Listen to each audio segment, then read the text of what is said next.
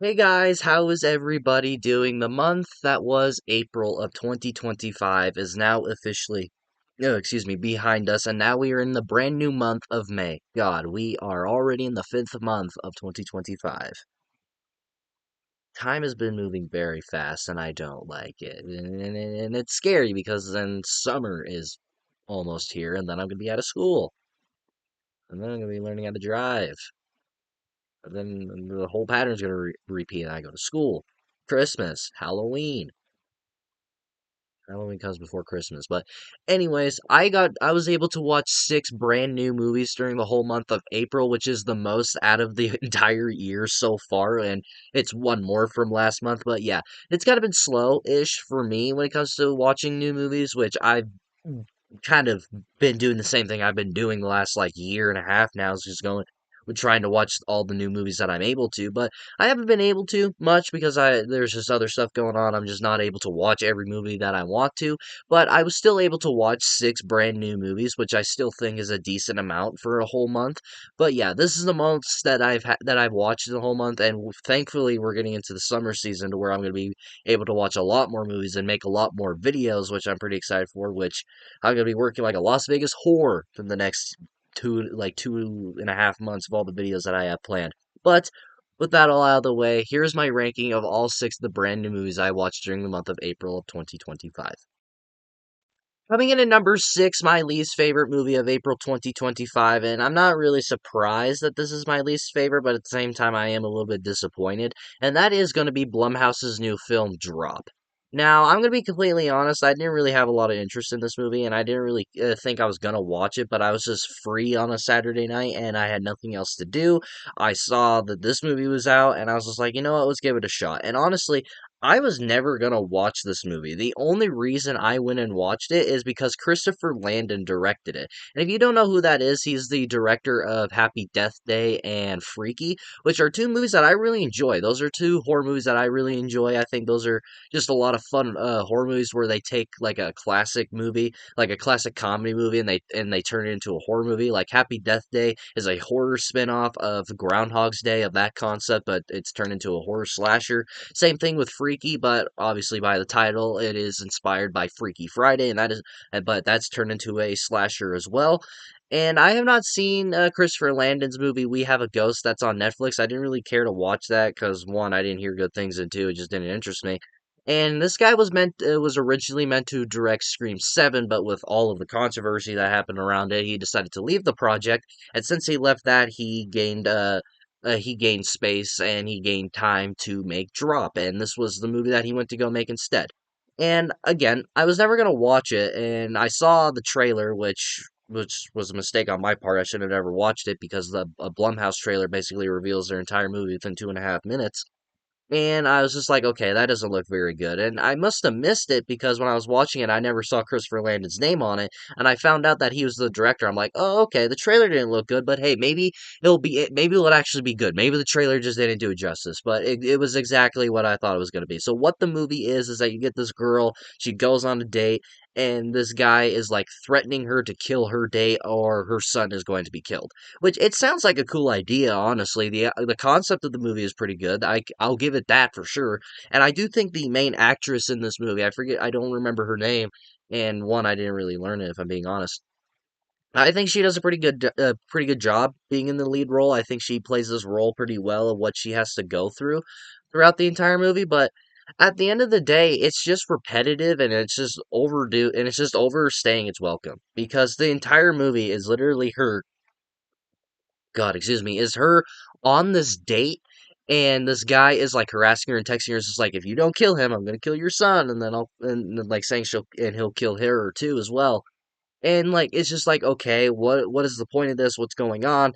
And she has to destroy his like camera footage of pictures that he took. She has to poison his drink or whatever, and we go on this whole roller coaster throughout the entire movie, which it just gets so repetitive and just overstays its welcome. Because when you think it's about to be over, it's like, okay, let's get up and leave. Oh no, we're still going because he's not dead yet. Okay, he wants to leave for the day, and she's gonna make him stay so her son doesn't die. All right, let's just keep it going. It's not like I want to go do something else. Whatever, it's fine.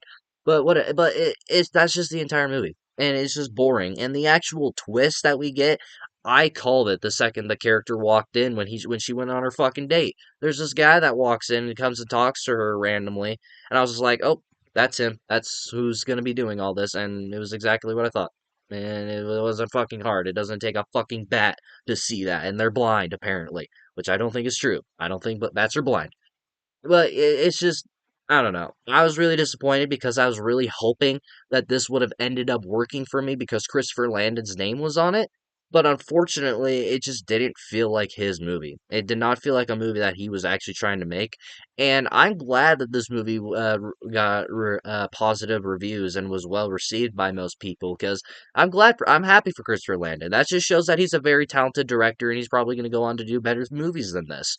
But for me, it just was not for me. And it was just a Blumhouse, and just proves that Blumhouse is slowly becoming a joke of a production because they give directors these small budgets and these generic concepts and they waste it and they reveal their entire movie within 2.5 minutes in their trailers. But Drop, it just was not for me, and I was a little bit disappointed in it, and I was just hoping Christopher Landon's name would work for it, would end up working for me. Coming in at number five, which is actually a movie I'm kind of surprised that I didn't hate as much as I thought I was going to, and that is the video game adaptation of Until Dawn. Now, Until Dawn is one of my favorite video games of all time. I think that is one of the most unique video games that we got, to where you're basically playing a movie to an extent. Oh god, my bracelets. You're basically playing a movie to an extent, where you choose what the characters say, and you get to kind of choose their actions, and there's the whole butterfly effect thing to where your choices basically have consequences and stuff like that, kind of similar to a Telltale game but slightly different. And I really enjoy the Until Dawn game. I played that game a lot when it first came out on the PS4. I actually have it over here.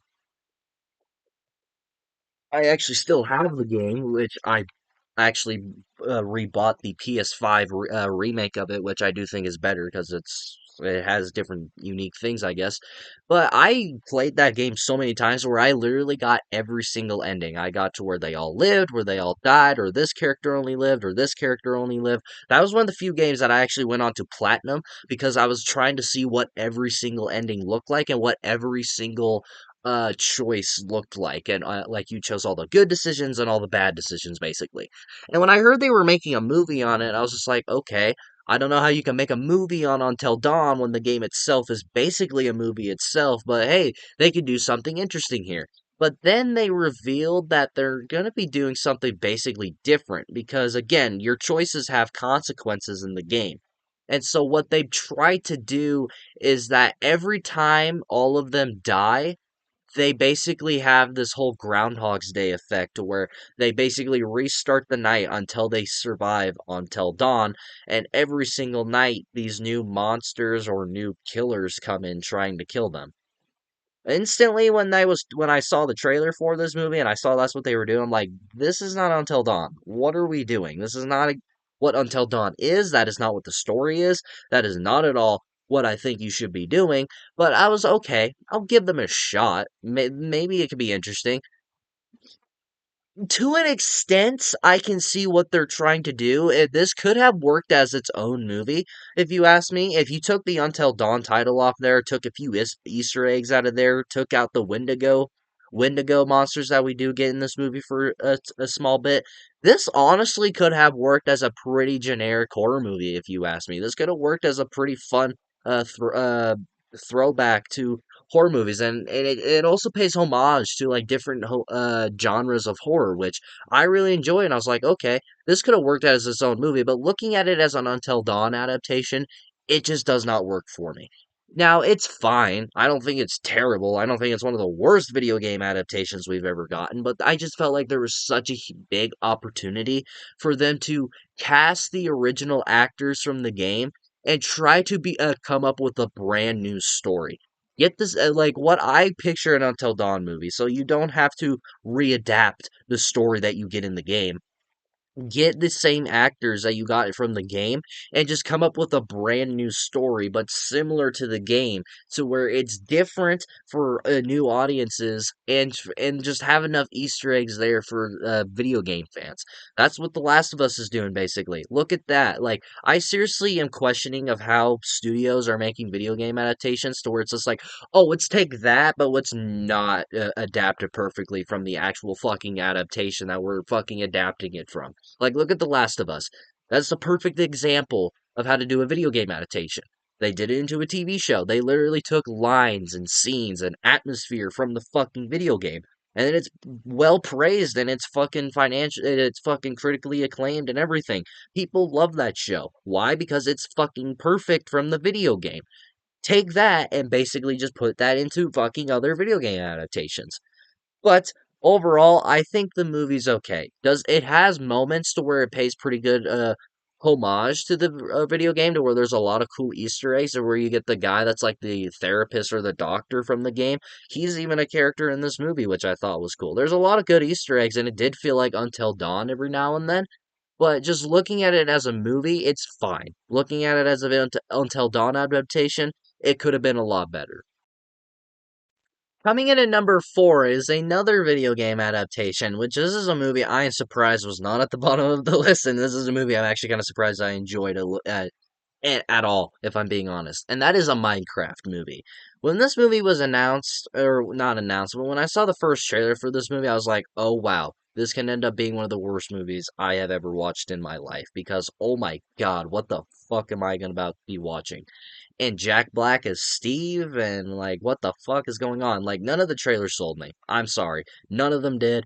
All of them looked like it was going to be complete dog shit in my mind, because the weird 3D animation, excuse me, that we get, I was like, that looks really weird and awkward. Why is Jason Momoa this weird video game addict who's like a genius when it comes to all that shit? Like, what is this movie going to be? But I kind of tried to hold on to faith, because the guy that directed Napoleon Dynamite made this movie. Napoleon Dynamite's one of my favorite movies of all time. Like, I fucking adore that movie. That's like literally one of those movies that I watched on repeat for like 2 years at one point. And so, like, I try to hold on to a little bit of faith, and I'm gonna be completely honest, I'm not a big Minecraft guy. I don't play Minecraft, I've never really have.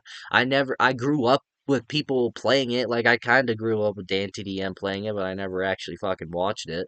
But, like, I've just never been a Minecraft guy. Like, I played it every now and then when I was younger, but I never actually invested in it.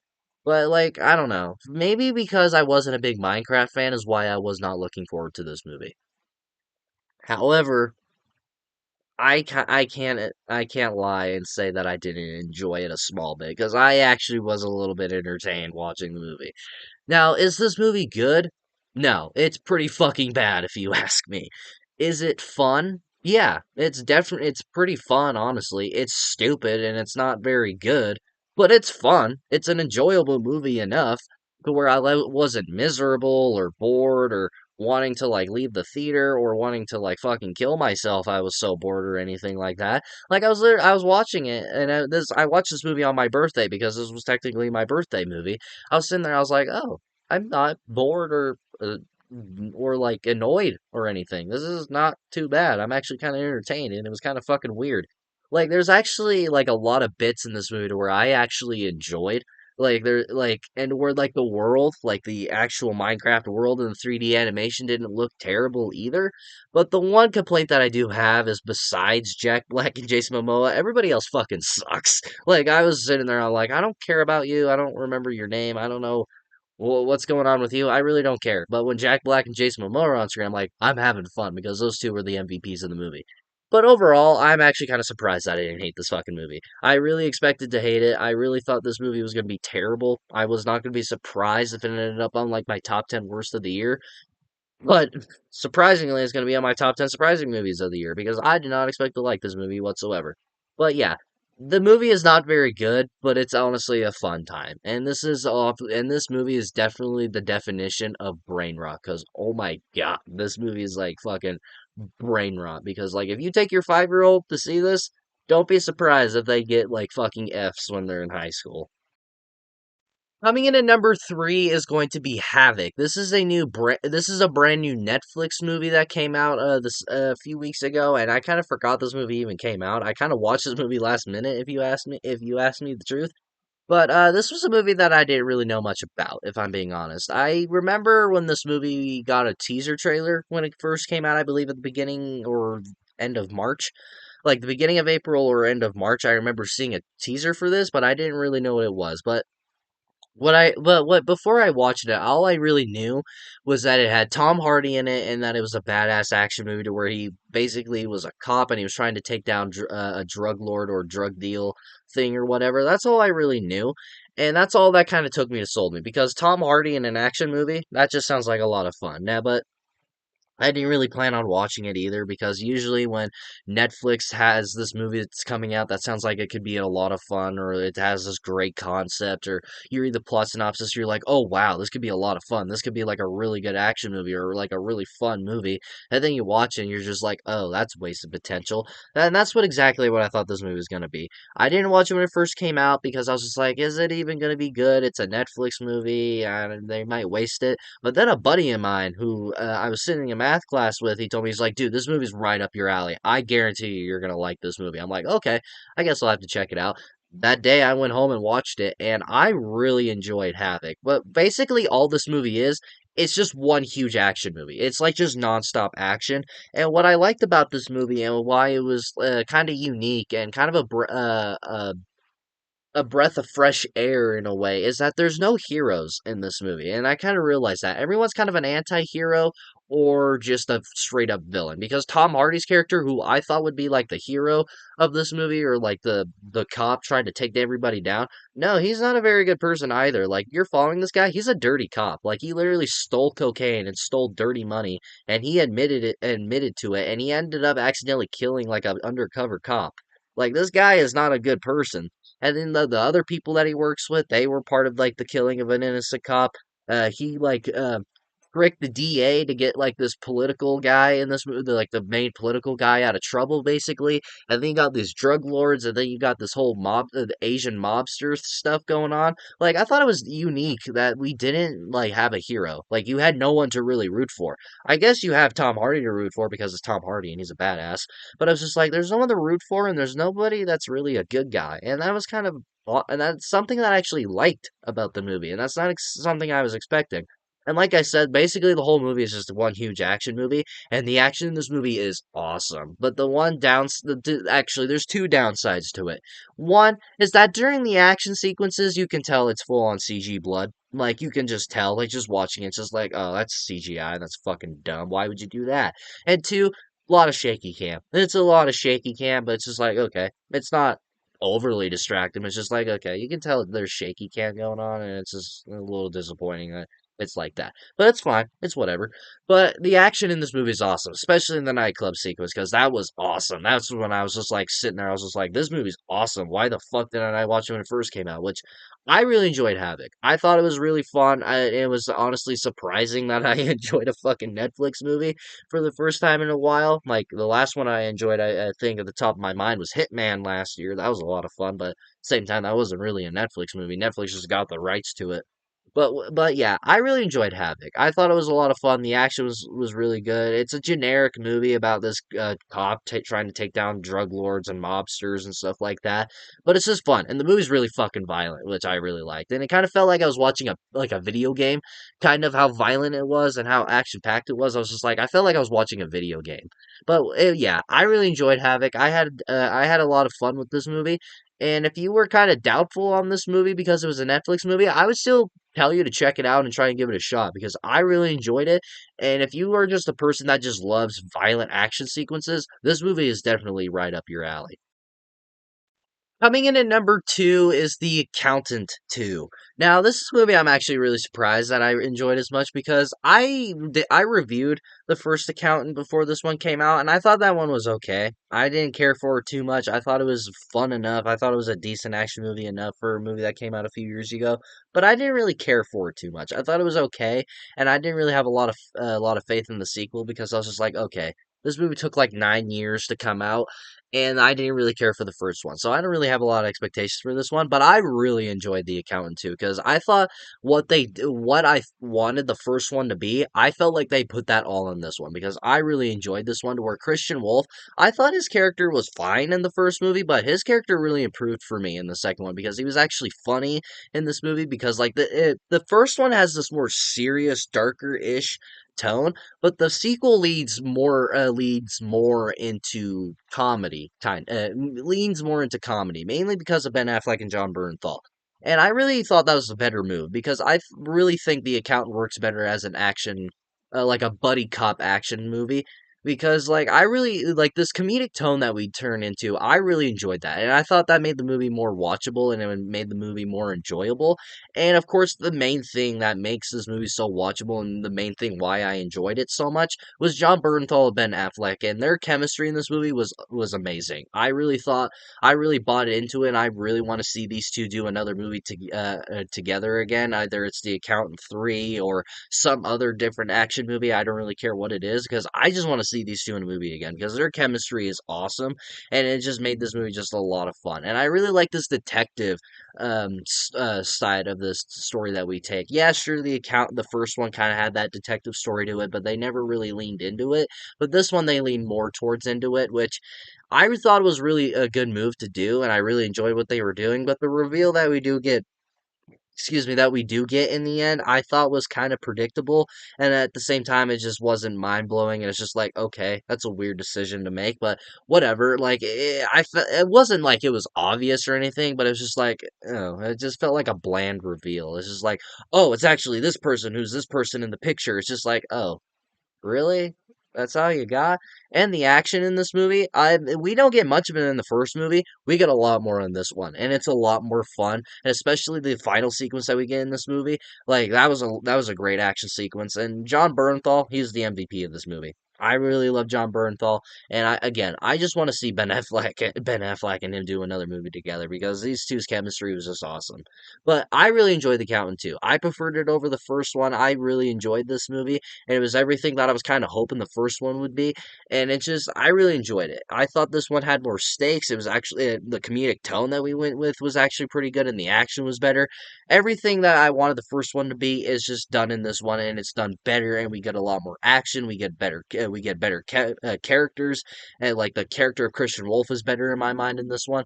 But yeah, I really enjoyed The Accountant too, and if we do get Accountant 3, I would anticipate it because of this second one, because I really enjoyed it to where I honestly want a third one, which I don't know if it'll happen, but I'm hopeful.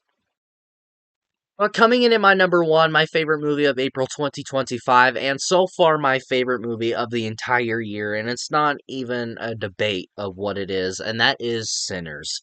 I am so happy that I loved this movie as much as I did because this was on my most anticipated of the year list this year, but at the same time I wasn't overly excited for it. I was more excited for it because it was Michael B. Jordan doing a vampire movie, and I fucking love vampire movies. But the reason that I wasn't overly excited for it because of Ryan Coogler. I really think he's a great director and he's a brilliant writer. And the movies that he has worked on I do enjoy. Like I enjoy Creed and Black Panther. But those are not movies that I love or I praise or think is better than life itself type movies like some people make them out to be. Because those are more movies that I respect more than I enjoy, if that makes sense. Like Ryan Coogler. That is a director that I respect.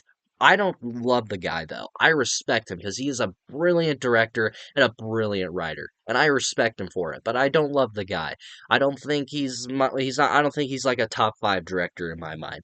And that's what I was kind of thought the Sinners would be for me at first because I was like, okay, Ryan Coogler, his other movies I've seen, I enjoy them, but I don't love them, so I'm not expecting to love Sinners. Everyone's praising the movie, but everyone praised his other two movies. So I was just expecting a movie that I would walk out saying I respected more than I enjoyed.